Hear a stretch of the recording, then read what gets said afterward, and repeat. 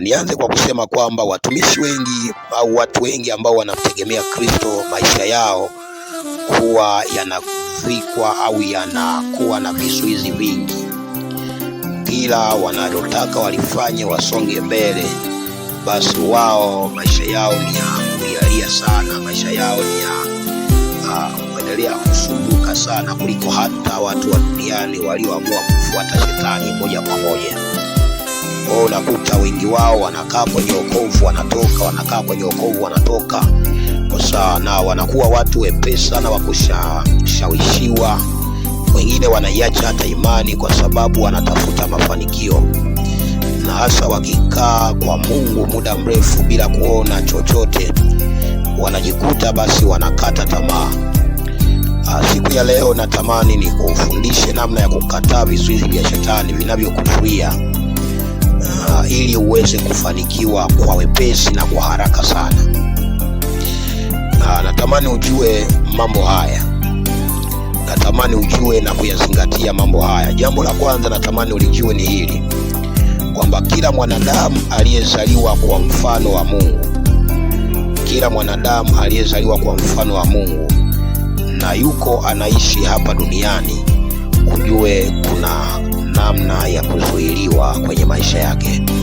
Kuna namna ya kuzuiliwa kwenye maisha yake, na jambo hili tunalipata katika kitabu cha waraka wa kwanza wa Paulo mtume kwa Wathesalonike, ile sura ya 2 mstari wa 17. Waraka wa kwanza wa Paulo mtume kwa Wathesalonike, ile sura ya 2 mstari wa 17, tutasoma mpaka ule wa 19. Maneno ya Mungu, Paulo anasema namna hii ya kwamba, lakini sisi ndugu, tukiwa tumefarakana nanyi kwa kitambo, kwa uso si kwa moyo, tulizidi kutamani kwa shauku nyingi kuwaona nyuso zenu. Kwa hiyo tulitaka kuja kwenu, naam, mimi Paulo mara ya kwanza na mara ya pili, na shetani akatuzuia. Hebu tukazie hapo, na shetani akatuzuia. 19 anasema, maana tumaini letu au furaha yetu au taji ya kujionea fahari ni nini? Je, si ninyi mbele za Bwana wetu Yesu wakati wa kuja kwake? Maana ninyi ndugu, ninyi ndinyi utukufu wetu na furaha yetu. Bwana Yesu asifiwe. Hapa Paulo anaelieleza kanisa la Thesalonike, akiwa anawaambia katika mstari huu ya kwamba kwa kitambo kidogo, kwa muda kidogo, walikuwa hawajaonana wala kukutana kwa ajili ya mambo mbalimbali ya usuyo kazi ya Mungu. Na Paulo anasema walitamani sana, tena kwa shauku kubwa, kwa shauku nyingi, walitamani kwenda Thesalonike ili kwa ajili ya misheni ya Injili, kwa ajili ya kazi ya Bwana. Lakini mstari wa 18, Paulo mwenyewe kwa kinywa chake na kwa kuandika mwenyewe akaandika akasema, kwa hiyo tulitaka kuja kwenu, naam, mimi Paulo. Tena alitaka kwenda mara ya kwanza na mara ya pili, alafu anasema shetani akatuzuia. Kwa hiyo natamani hapa uone kwamba shetani anaweza akazuia jambo lolote ambalo lina matokeo mahali fulani. Shetani anapoona kuna mahali ambapo panaweza pakakupa faida, anaweza akazuia hiyo faida isionekane na wewe ubaki kwenye hali ya kukata tamaa. Na angalia Paulo anaposema hapa, anasema mstari wa 19, anasema maana tumaini letu au furaha yetu au taji ya kujionea fahari ni nini? Kwamba anajaribu kuonesha ya kwamba walichokuwa wanakitumaini ni kwenda kuonana na wale wapendwa, na ndio iliyokuwa furaha yao. Sasa shetani anapowazuia kutokwenda kule, kuna mambo ambayo shetani aliyazuia kwa ajili ya kina Paulo. Alizuia vitu vifuatavyo. Shetani alizuia vitu vifuatavyo. Kitu cha kwanza, shetani alizuia tumaini la kina Paulo, lakini pia tumaini la wale watu ambao walikuwa wanawasubiri kina Paulo ili waende wawatie moyo.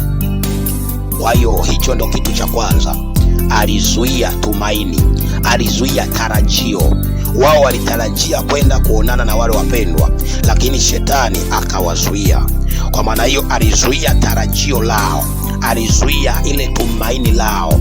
Kwa hiyo anapokuwa anazuia namna hiyo, na ndio maana sasa unakuta hapa katika hali ya kutumaini ndiko kunakowafanya watu waendelee kuwa na imani, waendelee kuwa na msimamo. Kwa hiyo shetani alichokifanya kuzuia tumaini, alitaka wale watu wasubiri na kukata tamaa, ili watu hata wakienda kina Paulo waonekane tena ni wazushi, waonekane tena ni watu wasiofaa. Kwa hiyo alizuia tumaini ndani yao, alitaka kuwakatisha tamaa. Na tunaweza tukaona hata watu wengi kwenye maisha yetu tulio nayo. Pengine unapita kwenye hali fulani, unafanya kazi mahali fulani, halafu unajikuta tumaini lililoko ndani yako linapotea kabisa. Unakuta ile hali ya kusonga mbele ndani yako inapotea kabisa. Ukija kuona namna hiyo, shetani kuna vitu amevizuia ambavyo vimeondoa tumaini kwenye maisha yako. Na kitu cha pili ambacho Paulo anazungumza kwamba alikuwa nacho, walikuwa wanatamani ni kitu cha pili ambacho wao walitamani waweze kukiona ndani ya mioyo yao ni furaha. Haitoshi kukizi mahitaji ya familia. Kwa hiyo wengine wanaishi katika mfumo wa madeni, kwa hiyo unajikuta maisha yako yamekuwa magumu. Wengine wana furaha eneo hili, lakini eneo lingine hakuna furaha. Natamani hapa twende tuombe ili Mungu aweze kukusaidia na kukupa hiyo furaha tena.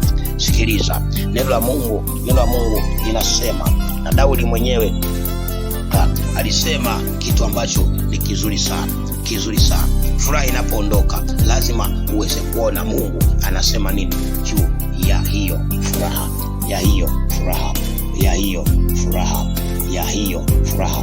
Daudi ukisoma ile Zaburi ya 51, Zaburi ya 51 mstari ule wa 12, Zaburi ya 51 mstari wa 12, maneno ya Mungu yanasema namna hii. Ule mstari wa 12, Daudi anasema unirudishie furaha ya wokovu wako, unitegemeze kwa roho ya wepesi. Unirudishie furaha ya wokovu wako, unitegemeze kwa roho ya wepesi. Ndugu mpendwa, hata kama shetani amekuzuia, amezuia furaha yako namna gani, hata kama shetani aliweka vizuizi vya jinsi gani kwenye maisha yako, Daudi anasema unirudishie furaha ya wokovu. Wokovu, watu wengi wanapokaa kwenye wokovu wanaona mateso, wanaona majuto, lakini kumbe ndani ya wokovu Daudi anasema kuna furaha. Sasa unapoona furaha imeondoka, furaha ya uchumi mzuri imeondoka, furaha ya familia imeondoka, furaha ya ndoa imeondoka, unayo nafasi ya kumwambia Bwana akurudishie furaha ya wokovu inayokaa katika biashara, inayokaa katika ndoa, inayokaa katika afya yako. Haijalishi magonjwa yalikunyima furaha, Daudi anasema nirudishie tu hiyo furaha. Katikati ya magonjwa iko furaha ya Bwana katika jina la Yesu. Twende tuombe hapa. Baba, katika jina la Yesu na kwa damu ya Yesu, ninakuomba na kukusihi kwa sababu wewe ni Mungu uliye mwaminifu, Mungu mwenye uweza. Kuna mahali ambapo yamkini huyu mtu ambaye ametazama na kusikiliza ya kwamba kuna mahali alipita Bwana paka mnyima furaha, na kila anachokifanya ili apate matokeo makubwa, na shetani akazuia, akabana mianya ya pesa, akabana kila hali ya kuweza kumpa tumaini huyu mtu, na sasa amekata tamaa, na sasa ameanguka chini, na sasa amekuwa kama haeleweki vile. Hata watu wengine wanapomtazama wanaona ni kama pazia tu linalotembea, mtu mwenyewe haonekani. Wengine wameshamdharau kwa sababu shetani alishamzuia, na alipomzuia na yeye amejikatia tamaa. Baba, katika jina la Yesu, tazama hata wale ambao hawana ndoa, hawana furaha katika ndoa zao, hawana furaha katika uchumi wao, hawana furaha katika familia, hawana furaha kwa ajili ya afya zao. Wengine elimu mzao, kila na wanaposomesha watoto wote wanafeli, mpaka wazazi wamekata tamaa kusomesha hao watoto. Baba, katika jina la Yesu Kristo wanejalia hai, ninachojua ni kizuizi cha adui shetani, ili kuzuia mafanikio na maono walio nayo, ili kuzuia mafanikio na maono na malengo na mipango mizuri walio nayo. Wengine Bwana, wanapokaribia katika ndoa nzuri, shetani anaingiza vikwazo na vizuizi. Hizo ndoa hazifungwi tena, hizo ndoa hazifungwi tena, hizo ndoa zinakatishwa kabisa. Watu walikuwa wanatarajia, mwingine alivishwa pete kabisa, lakini mwishoni kabisa shetani akazuia hiyo pete, haikuingia kwenye kidole chake, na mpaka sasa anajuta, amekata tamaa, amerudi nyuma, moyo wake umegandamana na machozi kila wakati. Baba, katika jina la Yesu na kwa damu ya Yesu, kama Daudi alivyosema, unirejeshe furaha ya wokovu wako. Baba, ndipo ninaposema nami Bwana, kwa ajili ya watu hawa waliolia na kukata tamaa, warejeshe tena furaha ya wokovu wako, warejeshe tena furaha ya kupendwa nao na wewe Bwana, warejeshe tena Bwana, rudisha kibali kilichopotea ndani yao, rudisha mpenyo uliopotea kwenye maisha yao. Nenda ukatende na kufanya, kwa sababu bila wewe Mungu watakata tamaa, watarudi na shetani atajitukuza. Nami ninazuia shetani asijitukuze kwa kuanguka kwao. Wape neema ya kuinuka tena, wape neema ya kusimama tena, wape neema na kibali Bwana cha kuendelea kusonga mbele. Ni katika jina la Yesu na kwa damu ya Yesu. Sitamani kuona chochote ambacho shetani anakireta kwenye maisha yao. Wape nguvu na mpenyo wa kusimama katika maisha yao. Baba, katika jina la Yesu, ulisema ya kwamba hata kama shetani alikung'oa Bwana, utawapanda tena. Nenda ukawapande tena katika jina la Yesu. Panda tena hiyo furaha ndani yao, panda tena Bwana hayo matokeo mazuri. Wanafanya kazi, shetani alibana matokeo. Baba, katika jina la Yesu, ninaomba matokeo yao yawe makubwa katika jina la Yesu. Wengine Bwana, maisha yao hayalingani na kile wanachokipata kazini. Wengine Bwana, maisha yao hayalingani na kile wanachokifanya. Wanafanya kazi kubwa, lakini kazi ya kuchosha. Nenda ukawasaidie Bwana. Ninatuma Roho yako Mtakatifu akachilie nguvu ya neno lako, ili kusudi hiyo nguvu ikawasaidie, wakashushe tena nyavu. Waliokata tamaa kuwekeza, wakawekeze tena. Waliokata tamaa ya kuolewa, wakaolewe tena. Waliokata tamaa ya kuweza kuinuka na kusimama, Baba, wakasimame tena katika jina la Yesu. Waliokata tamaa ya kuendelea kucheki afya zao, wakacheki tena kwa damu ya mwana kondoo. Na wengine ambao walitamkiwa magumu, wanakata tamaa, wengine wanatamani kwenda kujiua, Baba, katika jina la Yesu, hiyo roho ya mauti inayoua matumaini ndani yao, ninaikataa kwa damu ya mwana kondoo. Ninatuma hiyo neno, nguvu yako na huo uwezo wako Bwana, utembee uwe juu yao, na upako wako utembee uwe juu yao. Mungu, kasimame kwa ajili ya kila moja. Mtazame yule mama alikata tamaa kabisa, ameona ni bora waache watoto wake wakiwa kwa mume wake, yeye akaenda kwao. Tazama Bwana, ndani yake kuna kitu kilipotea. Baba, katika jina la Yesu.